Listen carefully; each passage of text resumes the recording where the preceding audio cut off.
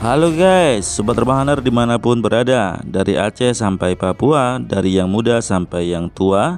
Daripada gabut mending pantengin Mimin aja ya. Selamat datang kembali di channel Katanya Film. Ketemu lagi dengan Mimin yang paling ganteng sejagat raya.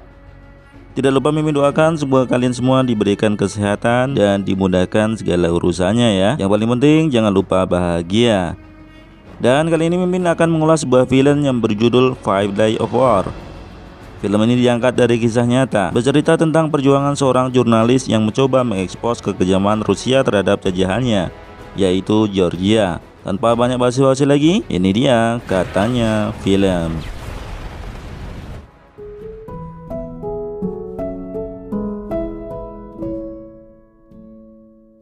Di awal film memperlihatkan hamparan padang pasir di Irak yang bersetting pada tahun 2007.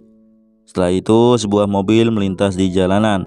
Di dalam mobil tersebut berisi 3 orang Amerika yang berprofesi sebagai jurnalis. Mereka adalah Sebastian Gans selaku kameramen dan 2 orang reporter, Thomas Anders serta Miriam. Di sini diketahui Anders dan Miriam merupakan sepasang kekasih. Sepanjang perjalanan, Bastian selalu mengabadikan kebersamaan mereka. Namun tiba-tiba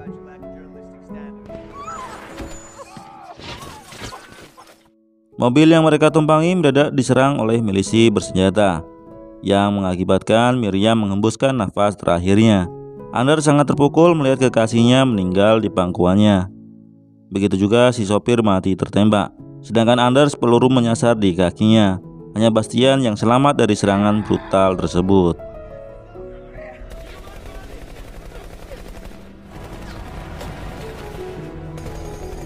Beberapa saat kemudian, pasukan koalisi Georgia yang dipimpin oleh Rezo menyelamatkan mereka.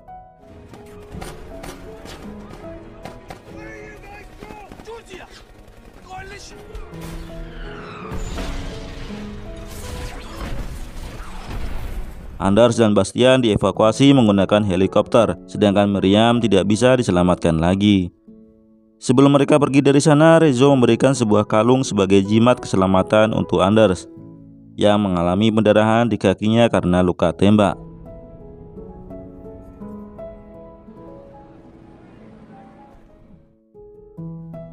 Satu tahun kemudian di kota Los Angeles, Amerika, Anders sedang menonton berita online. Sebuah pidato dari Presiden Georgia menyerukan agar rakyatnya dan Federasi Rusia melakukan perundingan damai atas kondisi Georgia yang dilanda kerusuhan berkepanjangan oleh kelompok separatis. Dikarenakan pihak Rusia mendukung gerakan separatis di wilayah Ossetia Selatan.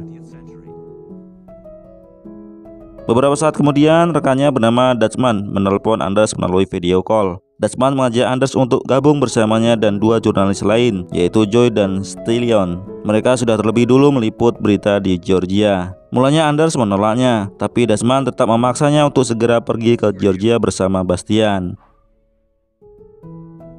Di sisi lain, Presiden Georgia, Mikhail Saakashvili, yang didampingi oleh penasehatnya, mendadak melakukan rapat terbatas dengan beberapa menteri. Mereka membahas kondisi terkini di setiap titik perbatasan. Tank-tank Rusia sudah bergerak memasuki kawasan Georgia, tapi Presiden Mikhail meminta supaya jangan terpancing oleh provokasi Rusia. Singkat cerita, Anders dan Sebastian sudah tiba di Georgia. Sebelum perang terjadi, suasana terlihat damai. Anders meminta Bastian supaya menghubungi Dutchman dan yang lainnya. Di suatu malam mereka berkumpul di sebuah kafe. Mereka menceritakan pengalaman masing-masing ketika meliput di wilayah konflik. Dutchman menanyakan rencana Anders selanjutnya. Anders akan menghubungi Rezo berharap mendapat petunjuk. Dutchman menyarankan agar Anders mencari temannya di Variani terlebih dahulu. Pada pagi harinya, Anders dan Bastian melanjutkan perjalanan menuju Tisky Valley.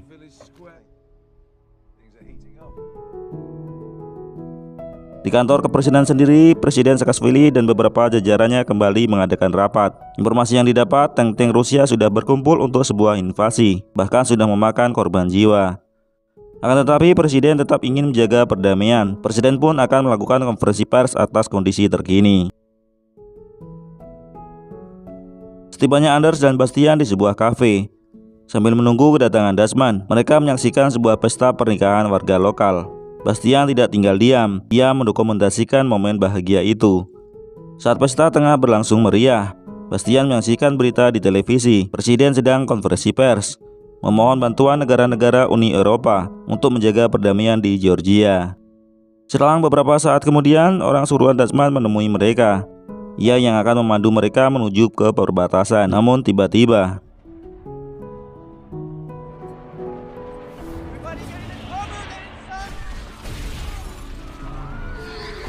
pesawat Sukhoi meluluh lantakkan tempat itu. Pesta yang harusnya bahagia berubah menjadi tangisan duka. Korban jiwa berjatuhan. Beruntung Anders dan Bastian selamat dari ledakan. Anders menyelamatkan seorang wanita yang dari tadi mencuri perhatiannya. Wanita itu bernama Tatia. Pengantin laki-laki meninggal dunia, sedangkan pengantin perempuan yang bernama Sophie bisa diselamatkan. Anders dan Bastian membantu korban yang selamat, lalu membawanya ke rumah sakit terdekat. Mereka pergi bersama 3 orang lainnya. Saat dalam perjalanan, mereka diberhentikan oleh tentara Georgia yang sedang melakukan pemeriksaan. Dan akhirnya mereka diizinkan melanjutkan perjalanan setelah melihat identitas Anders sebagai pers. Sampainya mereka di rumah sakit, Anders meliput kondisi rumah sakit yang sudah dipenuhi oleh warga sipil maupun tentara. Atas penembakan yang terjadi, pihak Rusia mengklaim mereka hanya membalas serangan yang dilakukan oleh Georgia.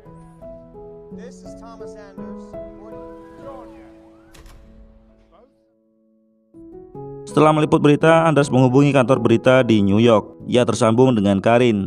Namun jaringan telepon terganggu akibat seluruh jaringan dialihkan untuk acara pembukaan Olimpiade di Beijing.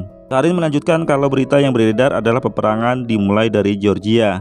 Rusia beralasan membalas serangan untuk melindungi warga Rusia yang berada di Ossetia Selatan. Perlu diketahui, Ossetia Selatan dan Abkhazia sudah diduduki kelompok separatis. Kelompok separatis telah didukung oleh Rusia, dan Rusia menganggap separatis itu adalah warga Rusia yang harus dilindungi. Mereka ingin lepas dari Georgia. Ketika Anders dan Bastian sedang merekam para korban terluka akibat serangan Rusia, mereka kembali bertemu Tatia. Ia kehilangan kontak dengan ayah dan Sophie, adiknya. Tatia berencana akan mencarinya, dikarenakan naluri Anders sebagai jurnalis sudah mendarah daging. Dengan spontan ia melakukan interview pada Tatia. Hal itu membuat Tatia tersinggung karena Anders melakukan interview di waktu yang tidak tepat. Tatia lalu meninggalkan mereka, namun Bastian memberikan nomor telepon jika ia membutuhkan bantuan. Anders merasa bersalah atas sikapnya. Ia akan membantu Tatia menemukan keluarganya. Di sini Bastian mengingatkan Anders kembali. Tujuan mereka adalah untuk meliput berita di zona perang. Mereka lalu meminta bantuan Joy untuk menanyakan nomor telepon Rezo pada beberapa tentara yang sedang berpatroli. Dengan mudah Joy mendapatkan informasi kalau pasukan Rezo akan berpatroli melewati tempat mereka saat itu. Saat malam tiba, seluruh awak media berkumpul di sebuah ruangan. Terlihat Dutchman juga ada di sana. Ia mengatakan kalau dirinya ditugaskan meliput berita di kota lain. Selain para jurnalis, Tatia juga bersama mereka. Bastian menghubungi kesatuan dari Rezo. Akhirnya ia mendapatkan jawaban. Konvoi Rezo akan melintasi wilayah mereka saat ini pada pagi hari. Mereka akan bergabung dengan pasukan Rezo hingga ke desa Variani. Ketika mereka sedang berdiskusi tentang rencana selanjutnya, semua orang menyaksikan siaran di televisi. Presiden Saakashvili tengah berpidato atas situasi terkini. Keesokan harinya, konvoi pasukan Rezo tiba di sana. Mereka akan pergi bersama pasukan Rezo untuk pergi ke desa Variani, membantu Tatia menemukan keluarganya. Anders berada di satu mobil dengan Rezo, sedangkan Tatia bersama Bastian membawa mobil sendiri. Ketika dalam perjalanan, Rezo mengingatkan pada Anders supaya menjauhi pasukan Rusia yang mengenakan ban putih di lengannya serta memakai topeng, karena pasukan dengan tanda seperti itu merupakan tentara bayaran Rusia yang terkenal sadis. Kemudian mereka berhenti di sebuah tempat, dikarenakan pasukan Rezo hanya bisa mengantarnya sampai di situ. Mereka pun melanjutkan perjalanan tanpa pengawalan pasukan Rezo. Setibanya mereka di kampung yang kelima, akhirnya mendapatkan informasi di mana ayah dan adik Tatia berada. Mereka diamankan oleh sepupu Tatia di penampungan. Tatia akhirnya bertemu dengan keluarganya. Beberapa saat kemudian mereka dikejutkan oleh kedatangan pesawat jet. Setelah itu,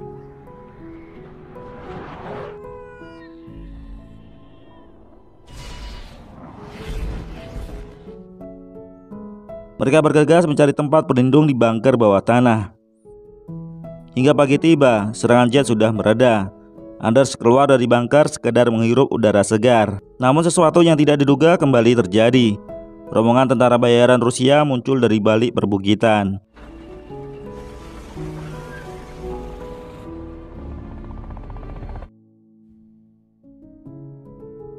Anders segera membangunkan Bastian serta yang lainnya untuk segera mencari tempat yang aman. Sedangkan seluruh warga digiring ke tepian sungai. Anders dan yang lain menyaksikan kekejaman tentara bayaran itu. Tentara Rusia menyerang warga membabi buta hingga menjarah seluruh harta dan ternak warga sipil. Anders serta yang lainnya mencari tempat berlindung. Bastian terus merekam peristiwa demi peristiwa.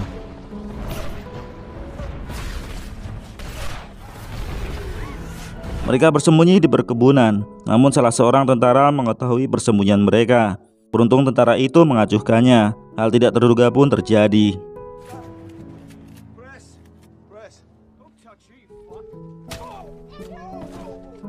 Setelah itu mereka dibawa menemui pemimpin mereka. Pimpinan tentara itu kemudian melihat rekaman video pada kamera Bastian, memastikan jawaban Bastian sesuai dengan isi video. Lalu kemudian Anders serta yang lainnya dimasukkan ke dalam penjara. Akan tetapi ayah Tatia diinterogasi secara terpisah oleh Danil, tangan kanan dari pimpinan tentara Rusia. Di tempat yang berbeda, Presiden Saakashvili mendapat informasi kalau pasukan Rusia telah memasuki wilayah Abkhazia. Presiden juga berharap bantuan segera datang dari Uni Eropa. Kembali di mana Anders berada dalam penjara, Anders menanyakan pada Bastian di mana memori yang asli. Bastian mengatakan telah menukar memori dan menyimpannya di perkebunan. Beberapa saat kemudian, ayah Tatia dimasukkan ke dalam sel bersama mereka, sedangkan Anders kembali diinterogasi terkait memori mereka yang asli. Mereka terus mendesak Anders untuk memberikannya, jika tidak Bastian akan disiksa. Tentara Rusia itu sebelumnya telah diberitahu oleh ayah Tatia kalau memorinya sudah ditukar oleh Bastian. Di saat Anders tengah diinterogasi, lalu tiba-tiba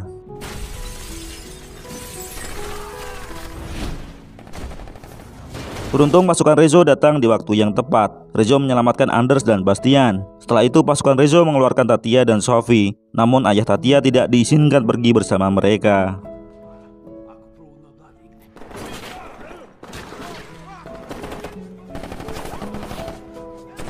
Baku tembak tidak bisa dihindarkan. Antara pasukan Rusia dan pasukan Georgia saling balas tembakan. Dalam kondisi genting seperti itu, Anders teringat dengan memori yang Bastian buang di perkebunan.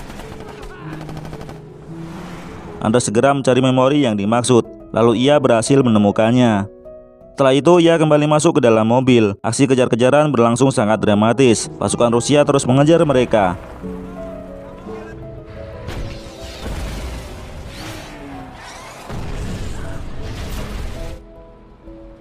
Namun tiba-tiba Sophie ditembak oleh Danil dari kejauhan setelah ia melihat ayahnya. Tatia menangis histeris melihat saudaranya meninggal dunia.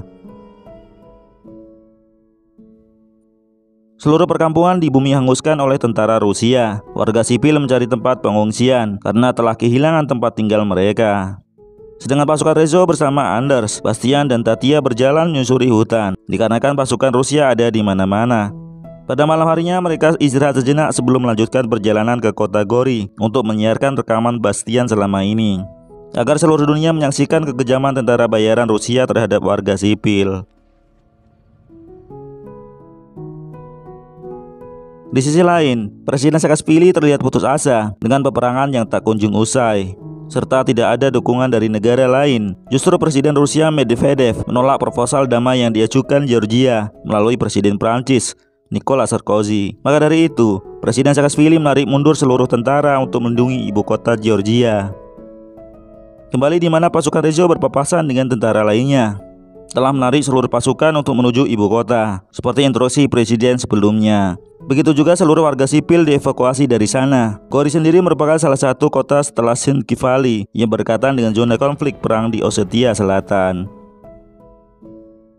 Sampainya mereka di kota, terlihat pesawat Sukhoi yang berbaris di seluruh kota. Kondisi kota sudah porak-poranda. Pasukan Rezo mengawal mereka bertiga mencari stasiun televisi. Anders, Bastian dan Tatia menuju ke stasiun TV yang dimaksud dalam keadaan terkunci. Anders mencoba menghubungi rekannya Karin di New York. Ia meminta bantuan Karin agar bisa menyiarkan rekaman video yang Anders miliki. tapi tidak ada yang bisa membantu mereka. Dan tiba-tiba akhirnya mereka meninggalkan tempat itu dan tanpa sengaja bertemu dengan Desmond. Desmond mengajak mereka pergi menemui Stilton untuk mengupload video milik Bastian. Sedangkan Anders mengamankan Tatia di sebuah gereja yang ternyata beberapa warga berlindung di dalam gereja. Sebelum meninggalkan Tatia, Anders memberikan nomor handphone Desmond padanya. Di sisi lain, pasukan Rezo bertemu dengan tentara Georgia yang lain. Lihat Zoe juga bersama pasukan tersebut. Pasukan Rezo melakukan perlawanan. Zoe mengabadikan momen bersejarah itu. Ketika Anders, Bastian, dan Desmond akan menuju di mana Stilton berada, mereka melihat Joy bersama pasukan Rezo. Tetapi mereka tetap pergi menemui Stilton, lalu mencoba mengupload beberapa video. Namun tiba-tiba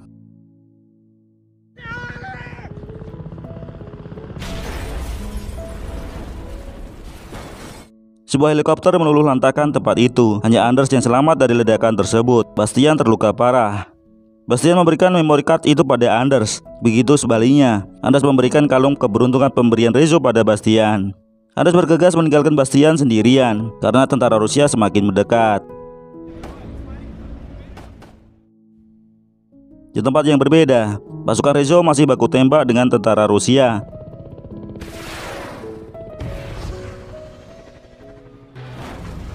Setelah itu Anders kembali ke gereja. Ia berencana akan menjemput Tatia, namun Tatia sudah tidak ada di sana. Seorang gadis memberitahu Tatia telah diculik oleh Danil, panglima perang tentara Rusia. Anders lalu menelponnya. Ia diminta membawa memory card yang kemudian ditukar dengan Tatia.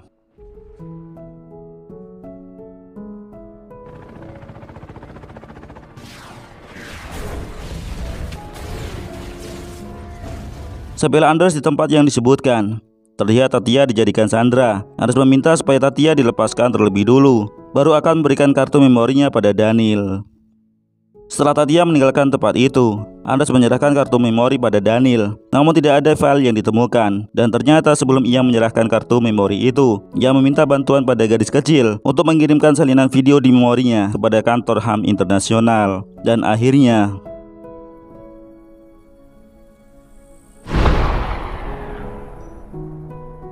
seorang lelaki menembak tepat di kepala Danil hingga meregang nyawa. Anders segera pergi dari sana, namun ia bertemu Tatia kembali yang sengaja menunggunya.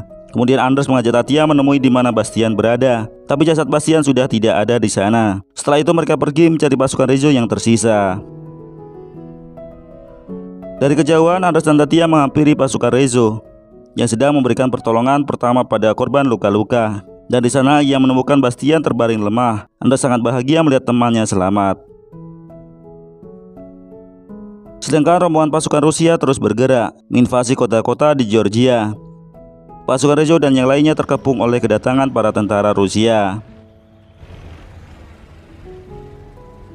Dikarenakan pasukan Rezo dan lainnya tidak melakukan perlawanan, pimpinan pasukan tentara Rusia menyuruh mereka pergi dari sana.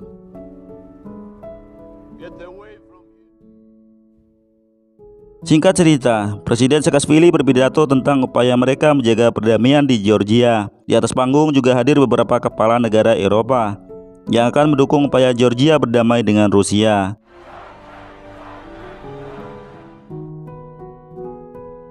Scene kemudian berpindah di sebuah rumah sakit, memperlihatkan Bastian terbaring lemah di ranjang. Rezo, Tatia, dan Anders tengah menjenguknya. Anders mengatakan pada Bastian kalau rekaman video sudah diberikan kepada HAM. Bastian juga lega mendengarnya. Kemudian scene menampilkan Anders sedang meliput berita yang disiarkan oleh media online. Anders menyiarkan kondisi terkini pasca perjanjian damai antara Rusia dan Georgia, dan film pun berakhir.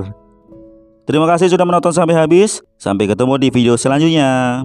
Dadah.